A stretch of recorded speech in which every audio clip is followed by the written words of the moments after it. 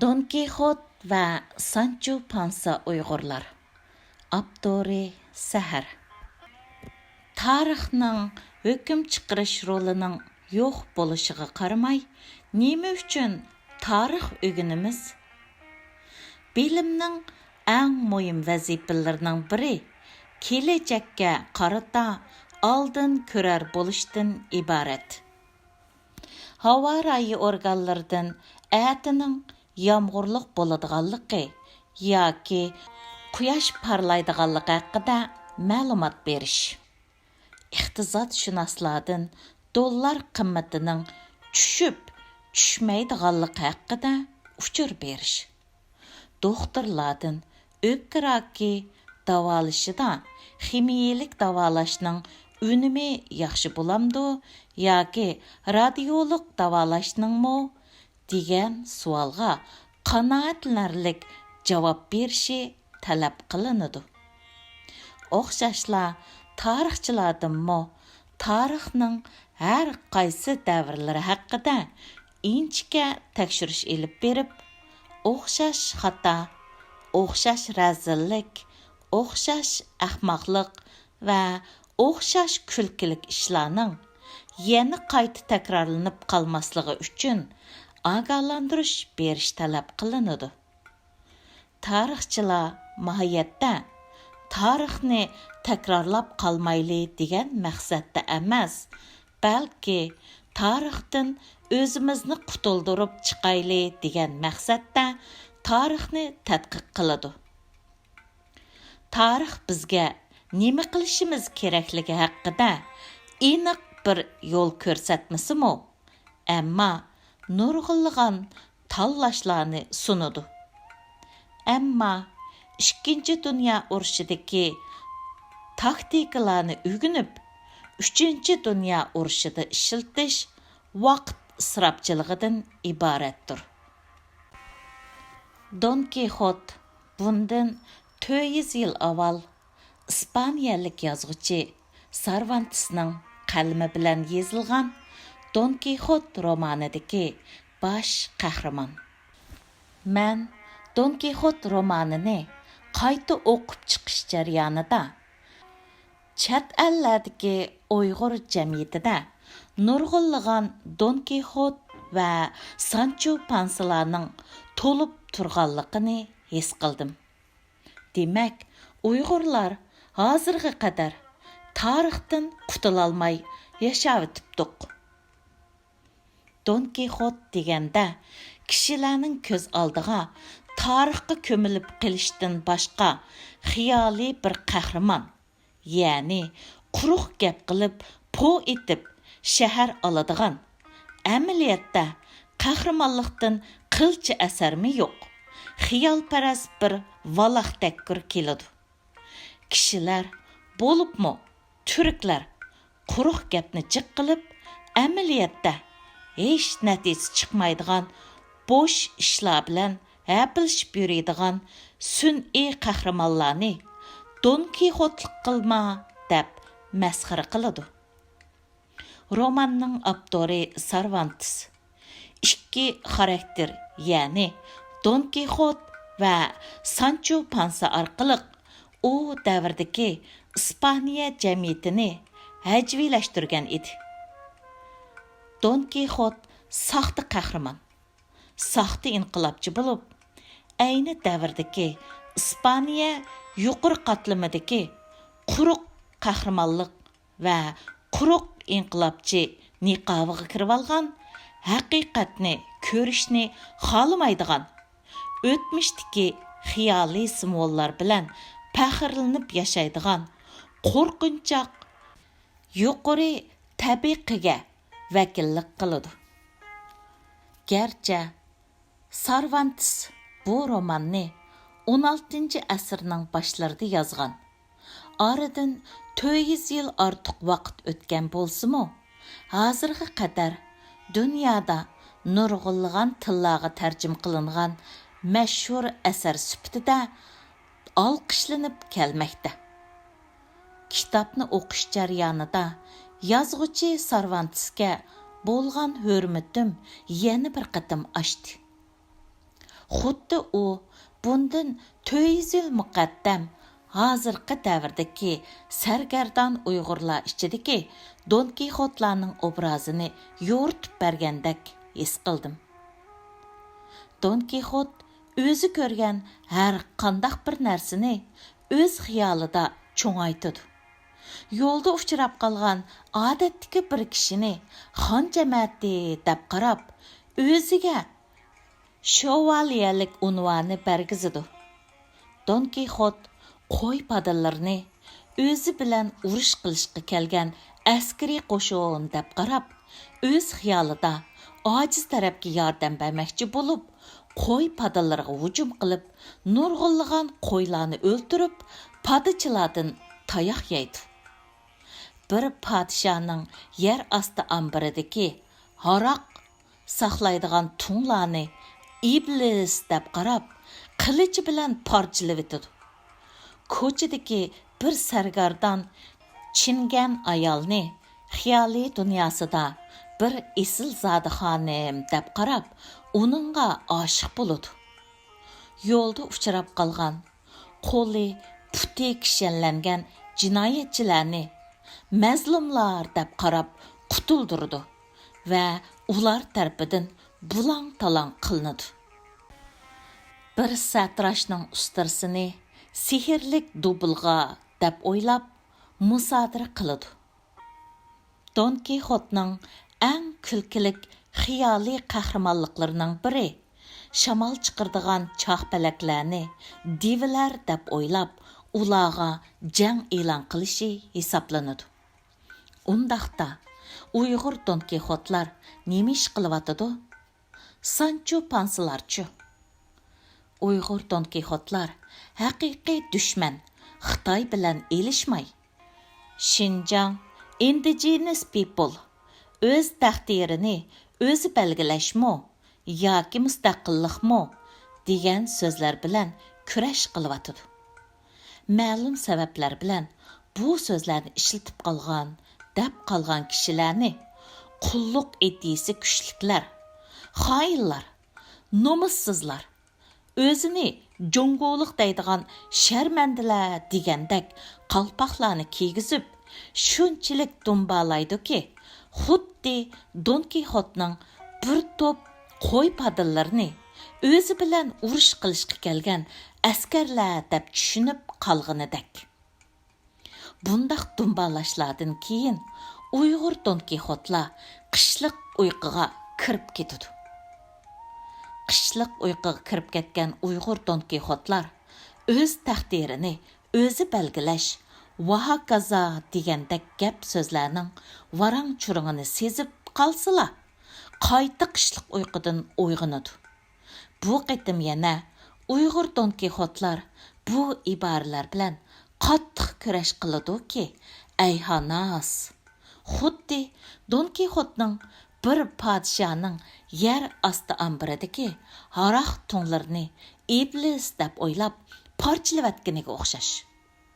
Bu qattiq janglardan keyin Uyg'ur Don Kixotlar Uyg'ur jamiyatini qalaymaqan, xonavayron qilayotgandan keyin hamma Uyg'urlarni urushga sap qo'yib, yana qishliq uyquga kirib ketadi. Uyg'ur Don Kixotlar odatdagi odamlarni o'z xiyolida qahramonlik darajasiga ko'tarib, ajoyib lirik she'rlar yozadi. Ammo vatanda Xitoy bilan kurash qilib, turmaga kirganlarni bo'lsa, xoinlar deydi. Xuddi Don Kixotning yo'lda tilamchilik qilib yurgan bir chingan ayolni xiyolida bir esilzoda xonish deb tushunib, oshiq bo'lganiga o'xshash. Uyg'ur Don Kixotlar o'ziga o'zi mustaqilchi degan nomlarni berib oldi va men birdan-bir mustaqilchi deb o'z-o'zini ko'z-ko'z qiladi. Xuddi Don Kixotning yo'lda uchrab qolgan bir kishiga o'ziga shovaliyalik unvoni berishni o'tinganidek, o'zi bilan o'zi xiyoliy hukumatlarni qurib, ishchi quruq ministerliklar, parlamentlar, qurolliq harbiy qo'shinlar ta'sis qiladi. Ajoyib dabdabalik nutqlar so'zlaydi. Sharq Turkiston xalqini to'liq qurollantirib, Xitoy askarlarini vatanimiz Sharq Turkistondan supurib tozlaydigan birdan bir kishi mandurman va mening hukumatimdir deb. Ammo reallik boshqacha bo'ladi. Bundaq Uyg'ur Don Kixotlar Xitoy konsulxonasining oldiga namoyish qilib borganda, hamma odam yo'qolsin Xitoy deb shuar to'lasa, yashsin Xitoy deb shuar to'laydi. Uyg'ur Don Kixotlar xudini bilmay, yashsin Xitoy deb shuar to'laverdi. Jamoat, voy, xato shuar to'layotsan deb 2-3 silkiganda oran aslik keladi. Bundaq ahvolga Türkler va Uyg'ur sancho'pansilar qandaq baho berdi? Türkler keskin qilib bundaq odamlar bək təsdə oddiy odam bo'la olishi mumkin. Ammo hargiz lider bo'la olmaydi. Bu vatanga qilingan ihonat. Sizlar Uyg'urlar liderlaringlarga mana mushundaq oddiy talab qo'yganliginglar uchun halinglar bugungi kunda Xitoy konsuli oldida Xitoyga qarshi namoyishda yashsin Xitoy deb shuar to'lg'an kishi boshqan bo'lolmaydi. Darhol istifa berish kerak deb yozadi Facebookda. Bu masalaga Uyg'ur sancho'pansilar qandaq baho beradi? Undaqda İspaniyalik mashhur yozuvchi Cervantesning qalamida yaratilgan 400 yildan buyon o'lmagan dangliq obraz Sancho Pansa kimga vakillik qiladi? Sancho Pansa yo'qsul, İspaniya töven qatlamiga vakillik qiladigan bir xarakter. Don Kixotdan iborat bu liderning talvilachi qiliqlarini, saxta qahramonliklarini bilib tursimi, yanala uning orqasidan agishadigan, uni madilaydigan, sodda, nodon İspaniya xalqiga vakillik qiladi. Kallasida o'zi shakllantirib olgan xiyoliy dushmanlar va adolatsizliklar bilan kurash qilish uchun uzun o'ruq kelgan Don Kixot bilan qisqa, pakar, semiz, doğuloq kelgan Sancho Pansa İspaniyaning shimolidan janubiga qarab yo'lga chiqdi.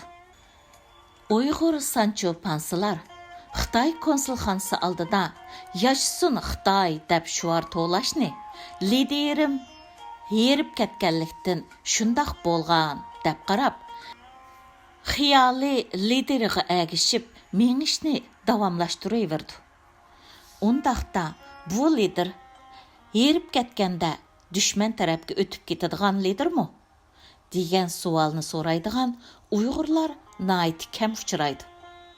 Lider yashsin Xitoy deb shuar to'ladi.